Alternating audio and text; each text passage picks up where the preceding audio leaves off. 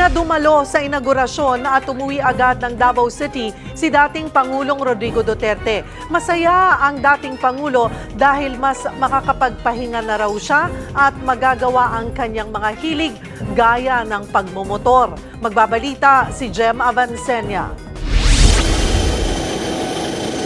Water cannon salute ang sumalubong kay dating Pangulong Rodrigo Duterte sa pagdating niya sa Davao kagabi. Sa arrival area pa lang ng airport, marami ng supporters ang nakaabang sa kanya.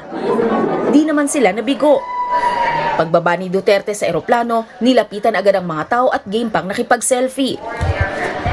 Ayon sa dating Pangulo, masaya siya dahil maayos na siyang makakapagpahinga ngayon at malayang magagawa ang gustong gawin bilang private citizen. Makauwi ako and I can rest. Alam mo, baka totoo ito sa lahat ng presidente. We get only about 5 to 6.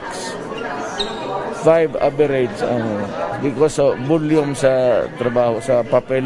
So, makatulog na ako. I can sleep 8 hours without worrying that I have to stand up. Gayon pa man, handa pa rin daw siyang tumulong sa bansa sa panahong kailanganin siya. Basta yung mga crucial sa ating bayan, I'll be there to add to my whatever narratives or taking aside to espouse one kung ano mang dating sa ating buhay. Pero matatanda ang bago pa man ang inaugurasyon, inalok ni PBBM si Duterte na maging drug czar, sabi ni dating acting palace spokesman Martin Andanar. Bagay na di naman daw tinanggap ni Duterte. Agad dumiretso ang dating Pangulo sa bahada kung saan ginanap ang homecoming concert na Salamat PRRD. Pero natagalan rin siya sa biyahe dahil sa dami ng mga Davaoenyong nakaabang sa highway para i-welcome siya. Pagdating sa concert venue, walang tigil na hiyawan ang sumalubong sa kanya.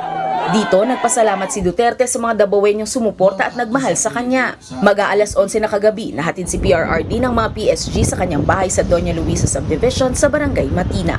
Para sa 1PH, Jem Avancenia, News 5.